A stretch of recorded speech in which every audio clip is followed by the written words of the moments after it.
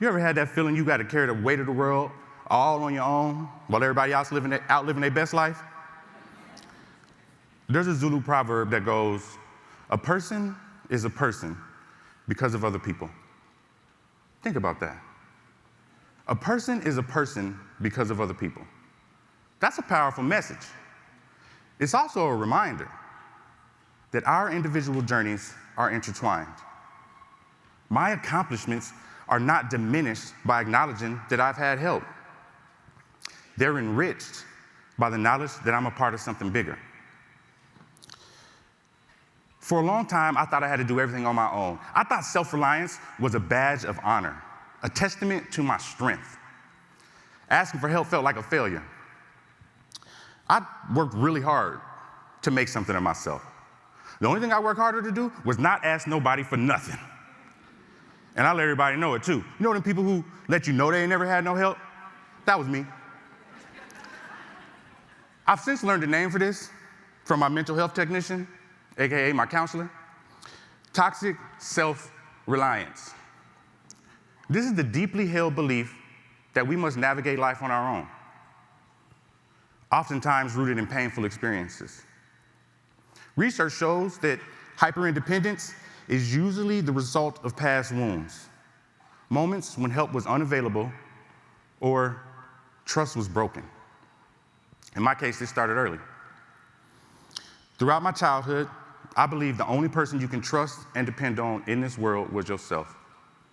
I spent my formative years bouncing between relatives' houses, each move fueling a growing sense of not being wanted or chosen. When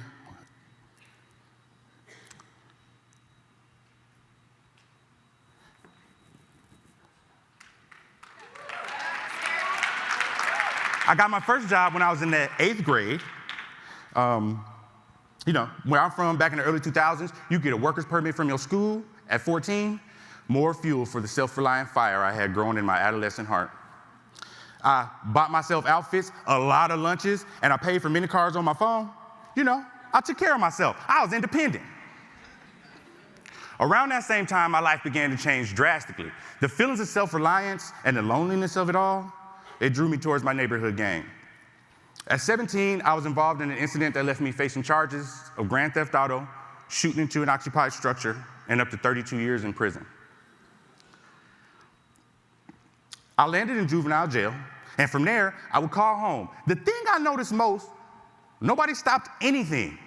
Nobody was crying over me. Nobody cared.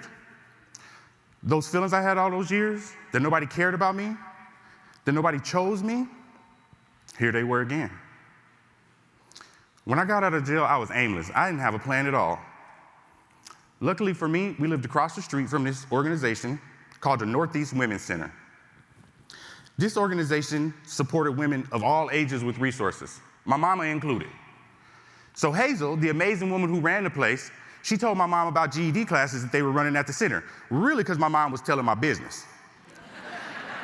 I was like, oh, okay, I'll do it. So I'm in these classes, right?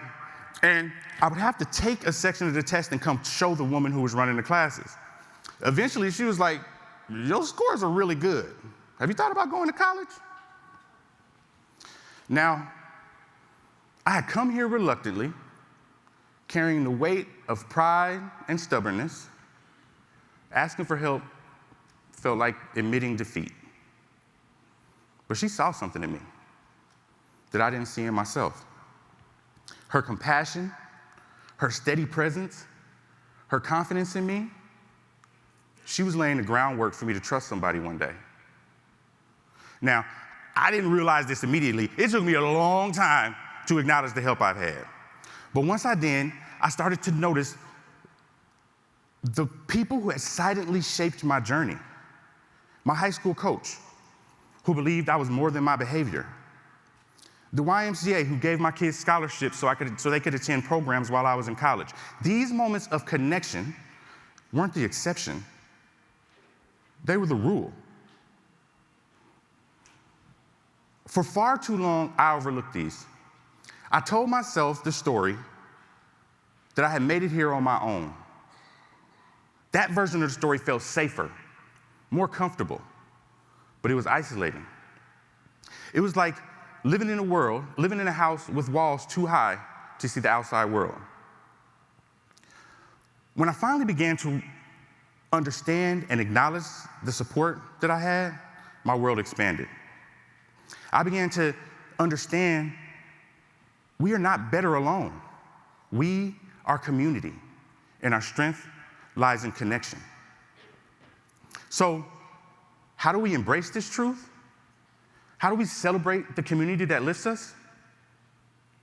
Actively show gratitude. Take time to reflect on the people who have supported you. Acknowledge them. Thank them.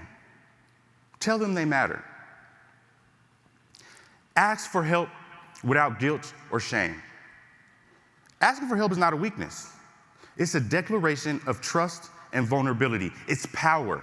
It's saying, I believe in our shared humanity. Be the support for someone else.